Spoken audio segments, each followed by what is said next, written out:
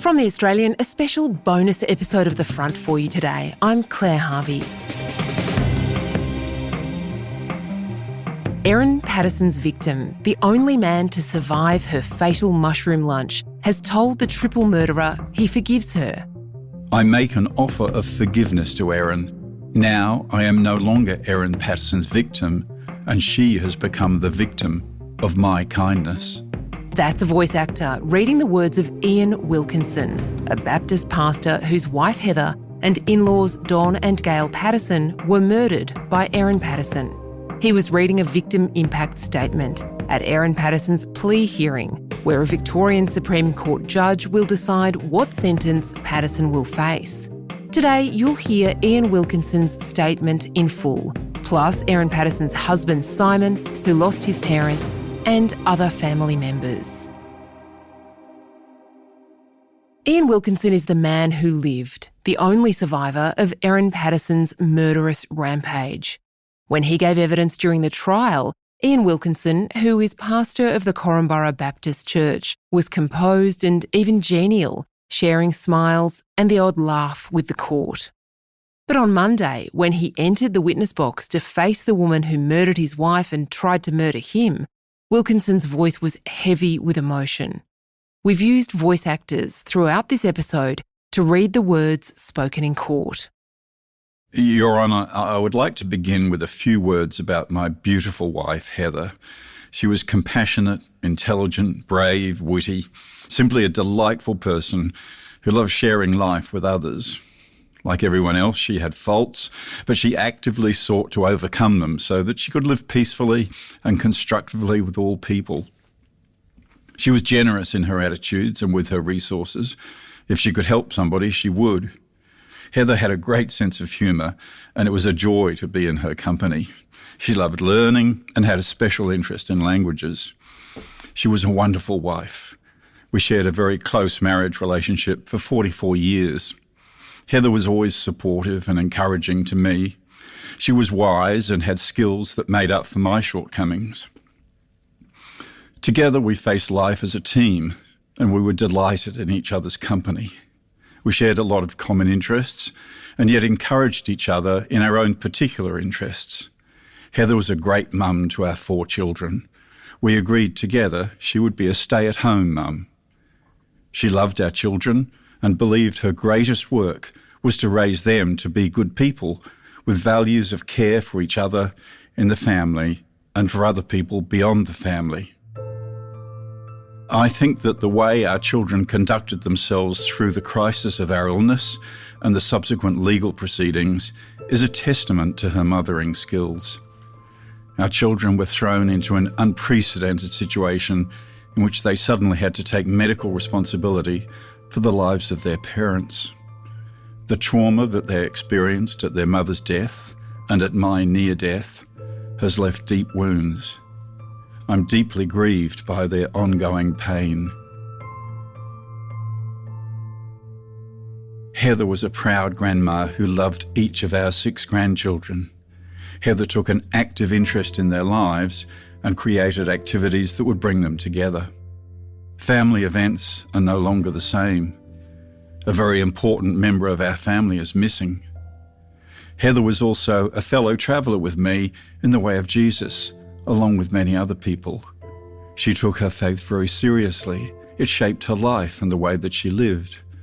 Heather was full of love, joy, peace, patience, kindness, gentleness, faithfulness, and self-control. All the fruits of the Spirit of Jesus living in her. We encouraged each other and urged each other on to love God and love our neighbours as ourselves. She had a particular compassion for strugglers and disadvantaged people, and that was reflected in the teaching, mentoring work she chose to do when she re-entered the workforce after our children reached secondary age. I could go on. There's so much more that deserves to be said about Heather. It's one of the distressing shortcomings of our society that so much attention is showered on those who do evil and so little on those who do good. The greatest impact of Erin's actions on me has been to deprive me of Heather's company and Heather's important place in our family. the silence in our home is a daily reminder. I continue to carry a heavy burden of grief over her untimely death. It's a truly horrible thought to live with, that somebody could decide to take her life. I only feel half alive without her. My consolation is that we will be reunited in the resurrection and the age to come. In a similar vein, the second heaviest impact on me has been the loss of Don and Gail. They were the next two closest people to me after Heather and our family. And again, they were good and solid people. No doubt their families will say more about them, but I would like to acknowledge their good character and their constructive influence on my life. Our families grew up together. They were also serious about following Jesus, and we encouraged and supported each other for about 50 years. My life is greatly impoverished without them. I have suffered severe personal impacts from Erin's actions. I very, very nearly died. It has taken me the best part of 2 years for my health and strength to recover to the point that I have. I praise God for my miraculous healing, and I thank the many medical professionals who strive to save all four of us. They threw everything into our care. I joke that I know this because I have a bump on the back of my head from the kitchen sink. It's a grief to them that Heather, Gail and Don died. Although I've made a good recovery, my health has never returned to the levels I had before the fateful lunch. I have reduced kidney function, ongoing respiratory issues, and reduced energy. I've had to face the many challenges of re-establishing life without Heather. The challenge of vastly changed social circumstances. I'm suddenly single. The heartbreak of having to wind up her affairs, returning to pastoral work without her help and sage advice, unsettled sleep, nobody to share in life's daily tasks, which has taken much of the joy out of pottering around the house and the garden, nobody to debrief with at the end of the day. The impacts are so many and varied, some big, and a myriad of small things that no list could ever contain them. I am distressed that Erin has acted with callous and calculated disregard for my life and the life of those I love. What foolishness possesses a person to think that murder could be the solution to their problems, especially the murder of people who had only good intentions towards her. Erin has brought deep sorrow and grief into my life and the lives of many others. The ripples spread out through family, friends, our church congregation, the local community, and beyond. In regard to the many harms done to me, I make an offer of forgiveness to Erin. I say harms done to me advisedly. I have no power or responsibility to forgive harms done to others. In regards to the murder of Heather, Gail and Don, I am compelled to seek justice. However, I do encourage Erin to receive my offer of forgiveness for those harms done to me with full confession and repentance. I bear her no ill will. My prayer for her is that she will use her time in jail wisely to become a better person. Now I am no longer Erin Patterson's victim, and she has become the victim of my kindness. Thank you for hearing me, Your Honour.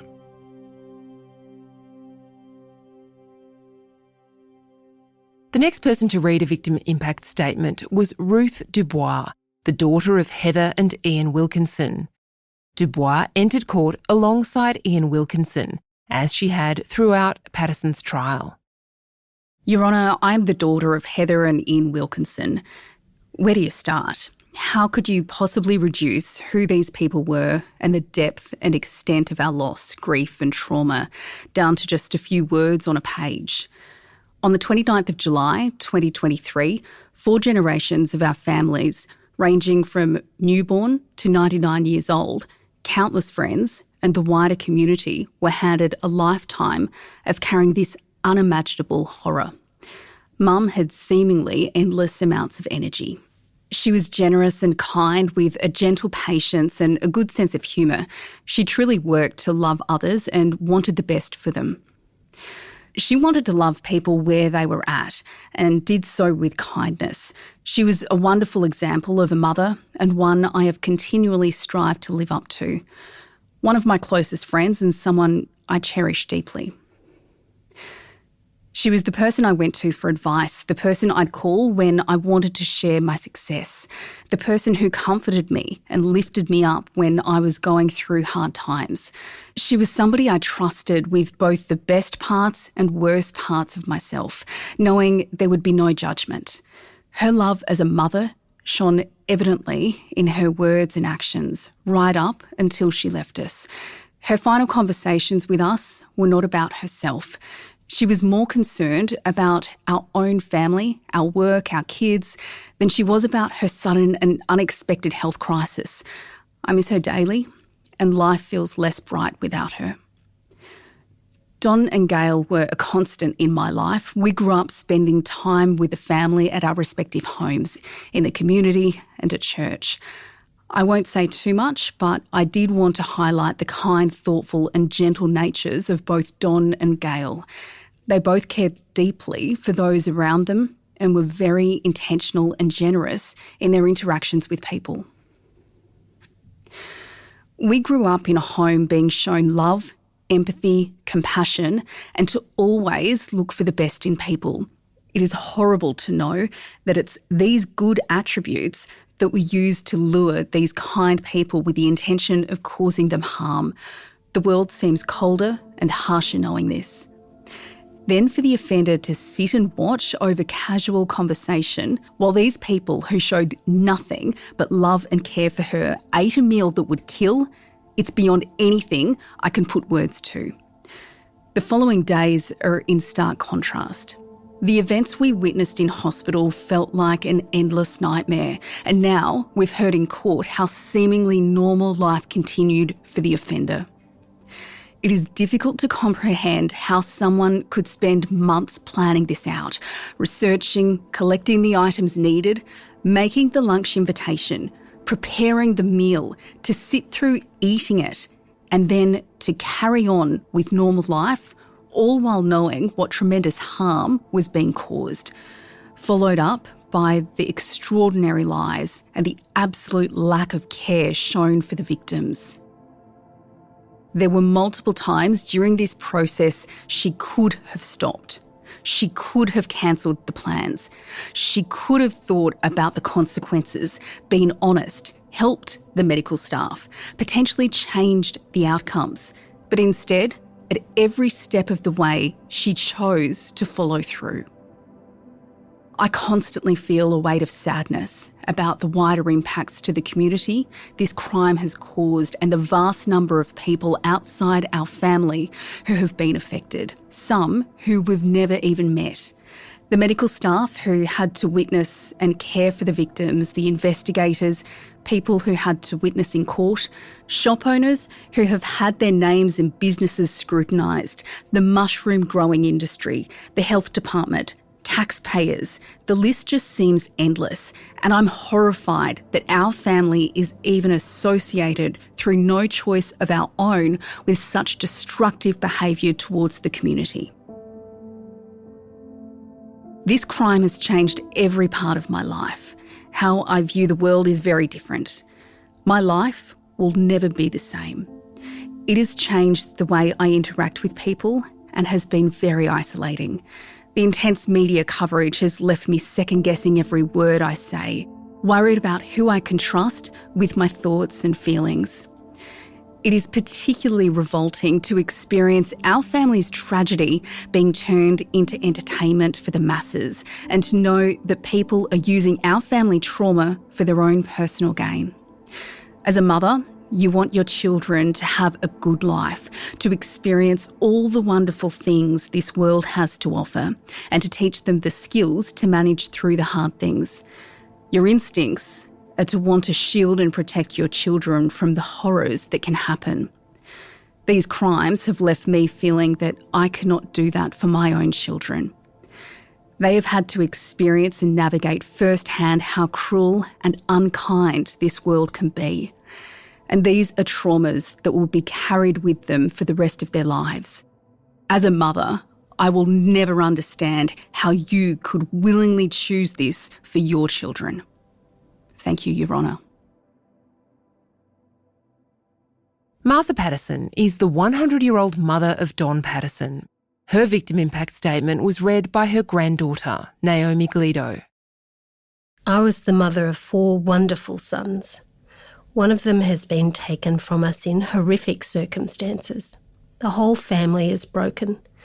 I'm broken-hearted. To think that Don and Gail gave 9 years of their lives serving others in Botswana and China, giving to others and never seeking rewards for themselves, to end their lives in this way is painful for all who knew them, and especially so to the family. Their frequent visits to me were always a joy, with many gifts, including homemade goodies. I looked upon Gail as a daughter. At the age of 77 years, Don taught me how to use the computer, and this allowed me to enjoy many happy hours on the internet and communicating with others. He kept me in touch with others when my eyesight deteriorated and enabled me to live at home as I still do at the age of 100 years. May God help our family to heal after this tragedy. Simon Patterson is Erin Patterson's husband. He believes his wife tried to poison him on multiple occasions before she ultimately killed his parents and aunt at a lunch he was supposed to attend.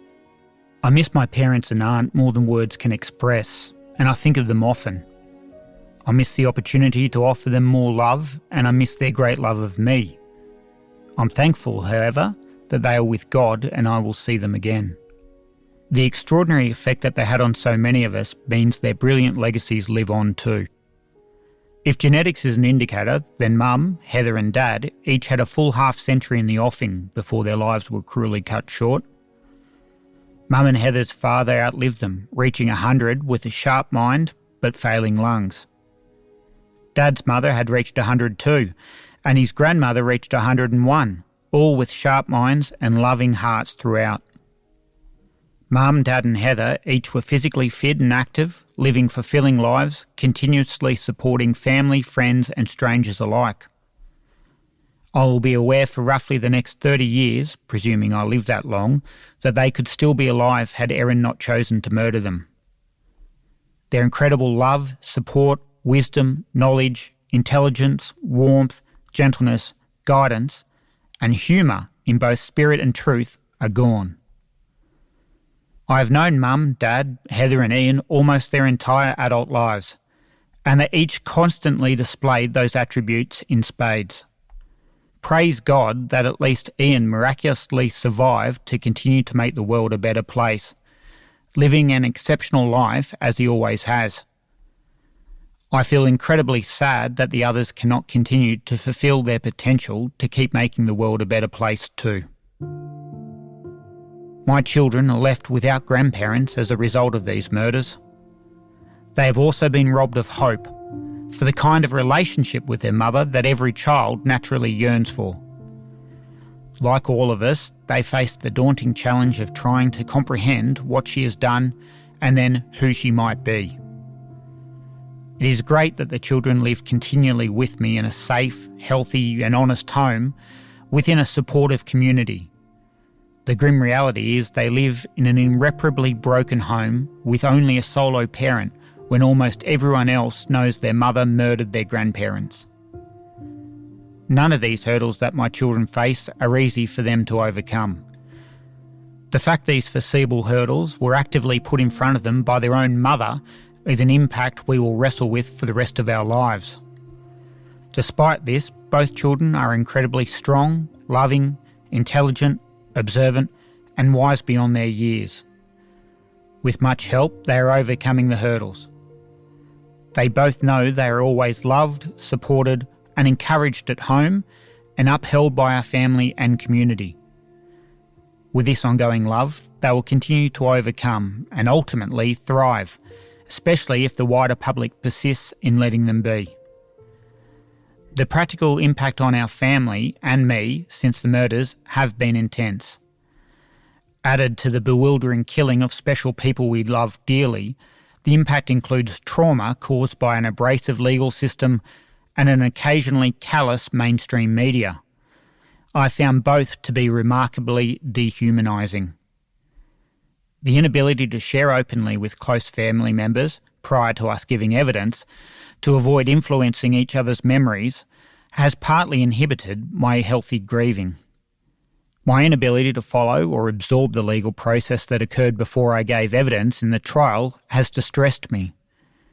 The deplorable behaviour by some legacy media personnel has also substantially impacted my family and me.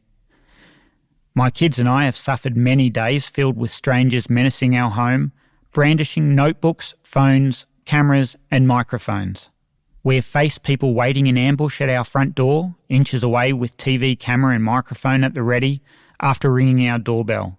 Strangers holding notebooks have banged aggressively on our windows in the early morning, trying to peek into my children's bedrooms, always skulking away before the police arrived.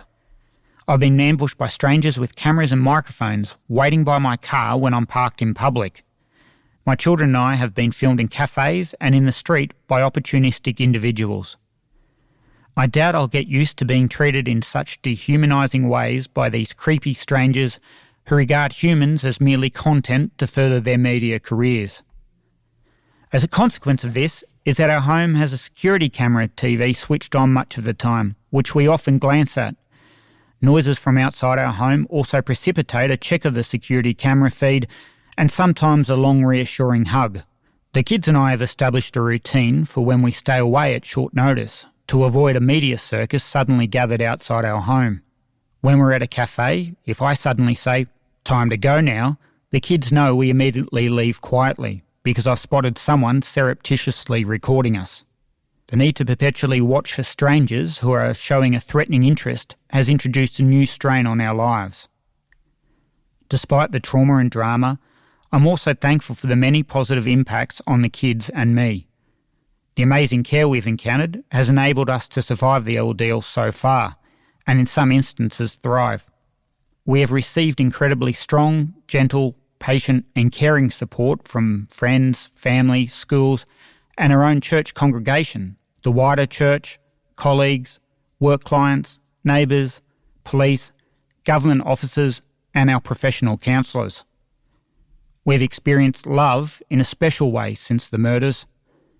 The sensitivity of the local community in relating with our family, including by minimising their communication about us to reporters, has also been amazing. I'm so grateful for this.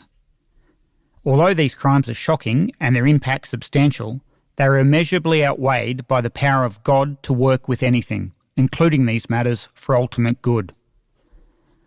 I'm grateful for the opportunity to keep following in Mum, Dad, Heather and Ian's footsteps to this end. That is to do my best to grow in reflecting God's love, always in His strength. Nothing can impact that.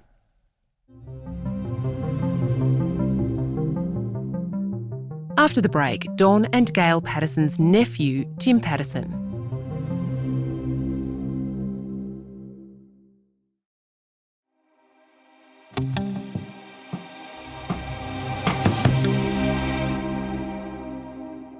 Tim Patterson is Don Patterson's nephew and cousin of Erin's husband Simon. These are Tim Patterson's words, read by a voice actor.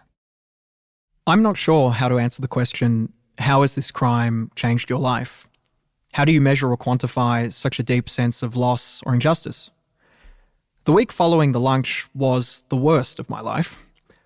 I'm no stranger to anxiety, but that week was the most acutely anxious I've ever been. Driven by my worst fears, my nightmares made real. Would Don, Gail, Heather and Ian, the people who played central roles in shaping the person I am today, survive? Would the police be engaged early enough to capture the evidence? And would she, the author of the carefully calculated and executed demise of these gentle and selfless souls, be held accountable? For me, it all started on Sunday the 30th of July. I wrote in my diary, Don and Gail are in hospital with apparent food poisoning after eating at Erin's. Coincidence? Or is there evil at play here? My question was answered in the following days when I wrote that Don is in a really bad way and is being transferred to the Austin, followed by, God, please look after everyone. An angst-filled, sleep-deprived couple of days passed, punctuated by visits to the hospital, until the Friday when the tears flowed as Heather and Gail passed away. I wrote in my diary, why did God decide to end such amazing lives in such a horrific manner? They deserve better than this. Up until this point, I'd only ever experienced death from a distance. I'd always found the pain of loss had been tempered by the knowledge that the person had lived a long life and their time had naturally come to an end. As we held vigil over Gail as she slipped away, I felt a new kind of pain, that of a deep, senseless, and unjust loss of time with family and friends. Years of love and laughter being stolen. The comfort I found was in those that remained and were sharing in that pain. I wrote later, there is actually a sense of peace for me surrounding Gail. She's with God now, and her sister. The world is poorer for it. On Saturday evening, we received word that Don's transplant was failing. In my diary, I reflected that Don is a beautiful, honourable, caring man, one of my favourite people in the world. Outside of my immediate family, Don, Gail and their kids have been the primary influence on my life. They are my second family. It was Don in particular who was my role model growing up. He was always interested in what you'd been up to and what you thought about things. He could somehow make you feel as if you were the only person in the world.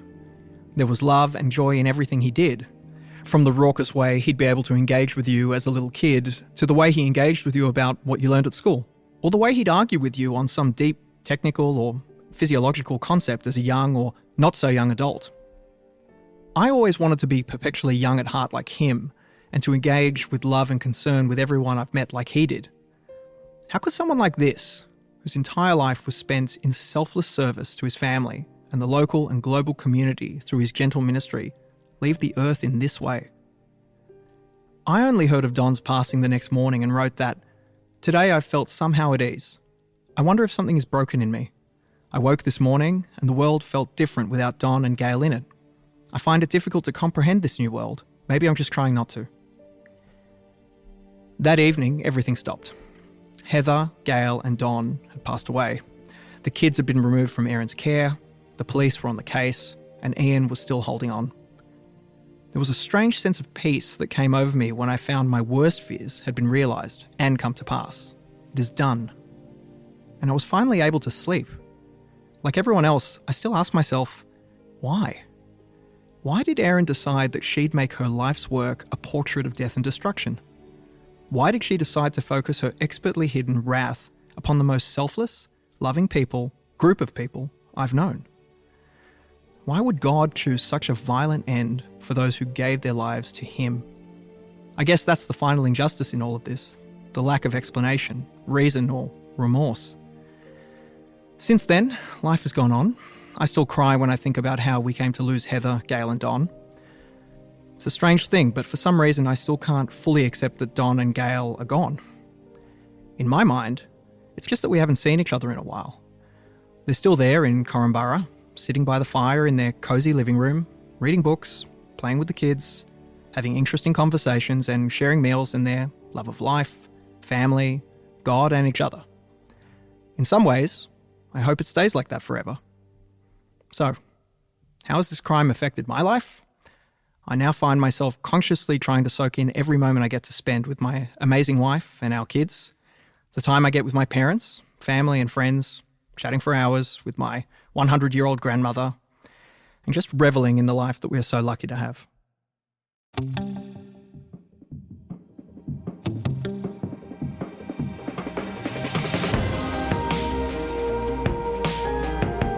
The Australian broke the story of the mass murder in Leongatha in July 2023, and we've reported it with fairness and calm ever since. We've not at any point invaded the privacy of the Patterson or Wilkinson families. We've approached them to tell their stories and respectfully left them alone when they requested privacy. You can read all our ongoing coverage right now at theaustralian.com.au.